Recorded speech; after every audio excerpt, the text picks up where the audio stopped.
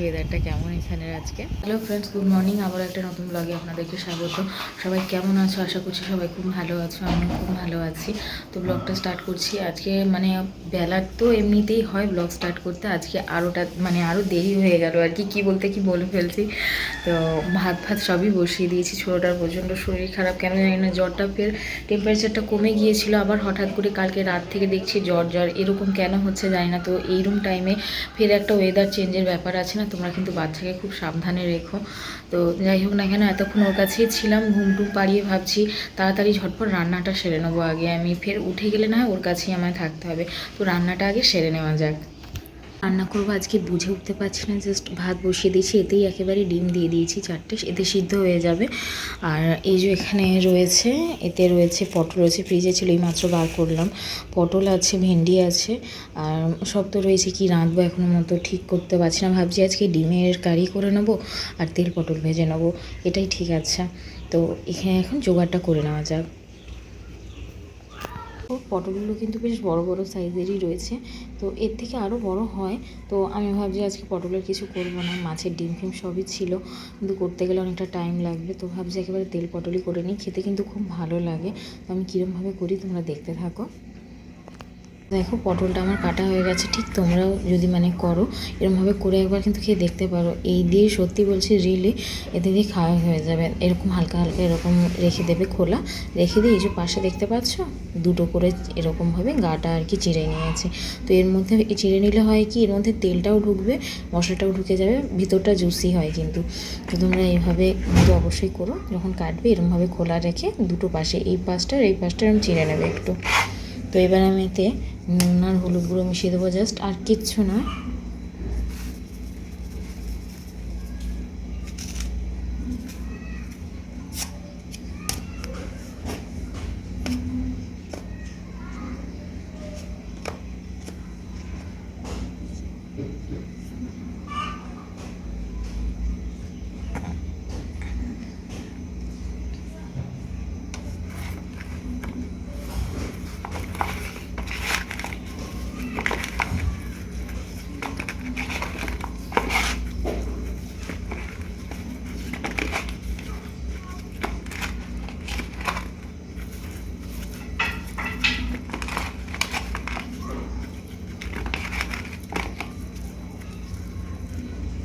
তো এইভাবে নুন আর হলুদগুলো ভালোভাবে মেখে নিতে হবে, এর মধ্যেও চলে যাবে জিনিসগুলো।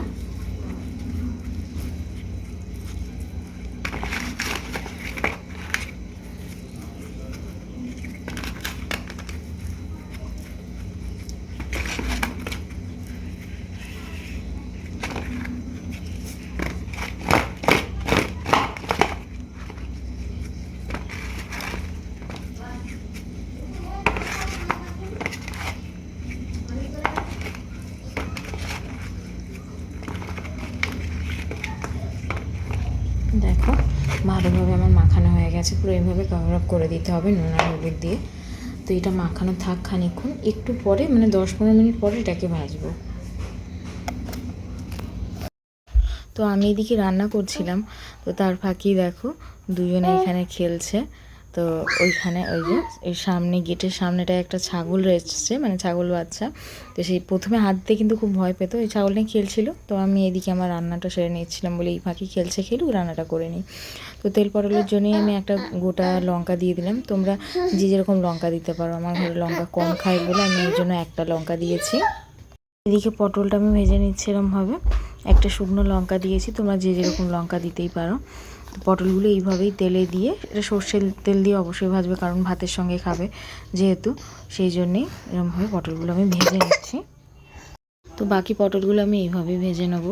তো এরম ছড়া ছড়া করেই দিয়েছিলাম পটল, এইভাবে বাকি পটলগুলো আমি সব ভেজে নিচ্ছি।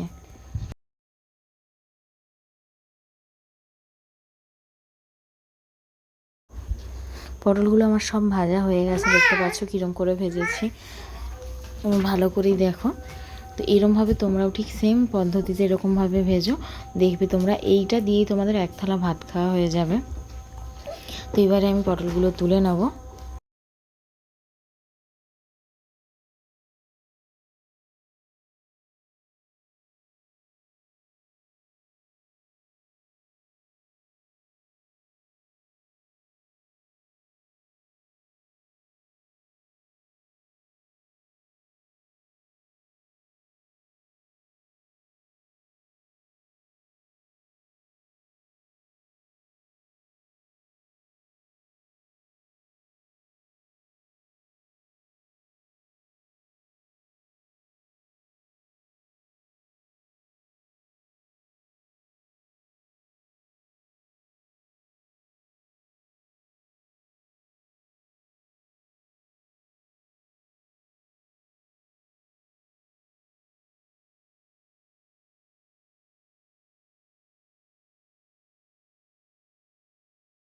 এখানে ডিম আলু হচ্ছে, পাশে এদিকে পটলটাও হচ্ছে, আর এদিকে ডিম আলুটাও আমি করে নিচ্ছি।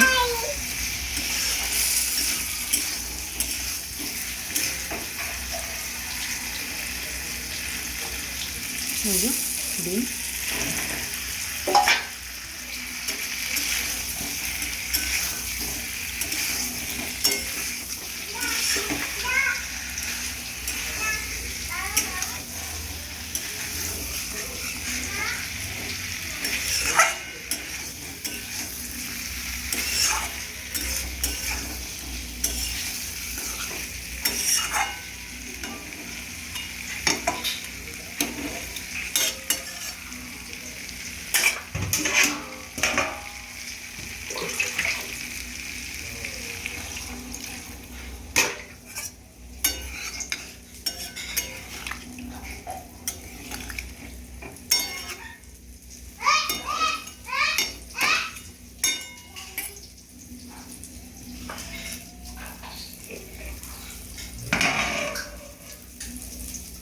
তো দেখো আমার রান্না পুরো কমপ্লিট, দেখতে পাচ্ছ কতটা তেল, পুরো ইলিশ মাছের মতো তেল মানে বেরিয়েছে।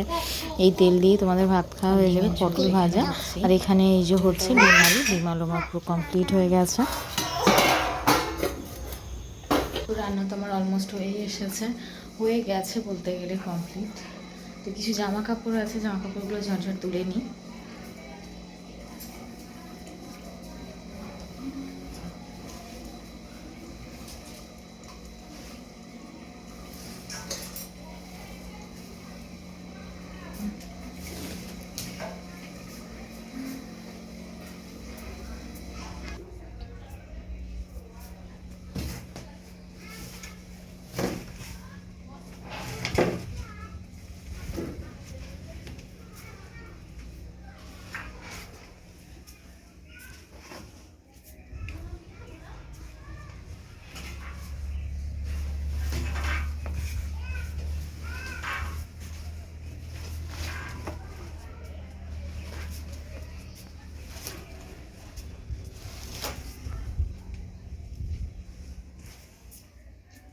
ব্যাস জামা কাপড় তো তোলা complete.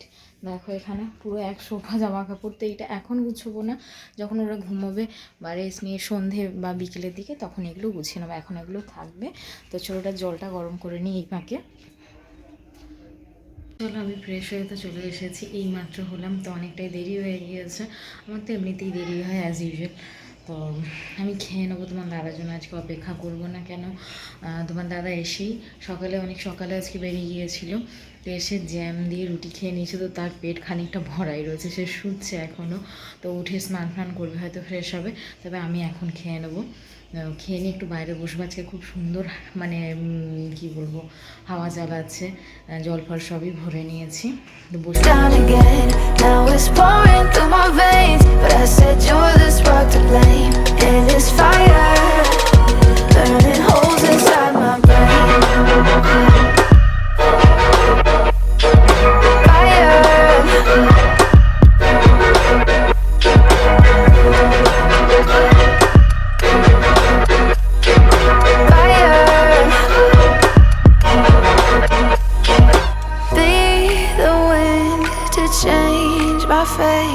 yeah, please just blow this flame away and I hold on. খাওয়া হয়ে গিয়েছে, একটু বাইরে বসেছি। আজকে শোবো না, আর শুতে ইচ্ছে করছে না, কারণ বাইরের ওয়েদারটা খুব সুন্দর। আজকে মেঘ হয়ে আছে, মানে কী বলবো, ঝোড়ো হাওয়া চলছে, বিদ্যুৎ চমকাচ্ছে, মেঘ ডাকছে। জানি না কী হবে, বৃষ্টি হলে তো খুব ভালোই হয়। মানে প্রতিটা মানুষই মনে হয় চাতক পাখির মতো বসে রয়েছে, একটু কবে বৃষ্টি হবে সেই জন্যে।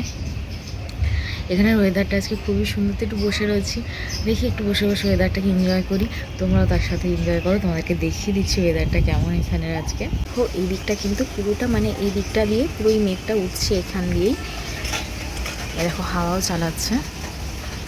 জানি না আজকে এখানে মানে ঝড়ফড় হবে নাকি, তবে যাই হোক না কেন মানুষের কোনো ক্ষতি না হয় এইটুকুই। দেখতে পাচ্ছ দুটো কালার হয়ে গেছে, উপর দিকটা সাদা, এই দিকটা দিয়ে মেঘটা উঠছে।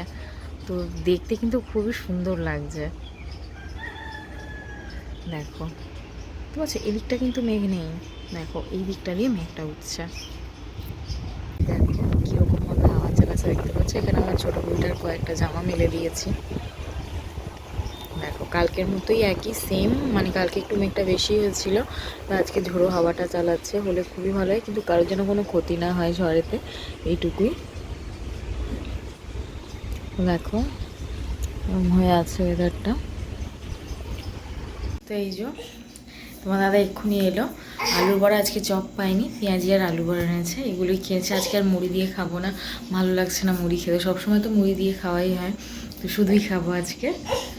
সো ব্লগটাকে আজকে আমি এখানে এন্ড করব। তো কালকে রাতে আমি আর ব্লগটাকে এন্ড করতে পারিনি, কেননা কারেন্ট ছিল না এখানে, প্রায় দেখছি ইদানিং মানে এই রাতের বেলার দিক করে যাচ্ছে, আর ওয়েদারটার জন্যেও। তো ব্লগটা সেই করে আজকে সকালবেলাতেই এন্ড করছি। তো দ্যাট ইজ ইট গাইজ। ভিডিওটা ভালো লাগলে do like, share and subscribe. তোমরা সবাই পাশে সাথে সুস্থ থেকো, দেখা হবে আবার পরের ব্লগে।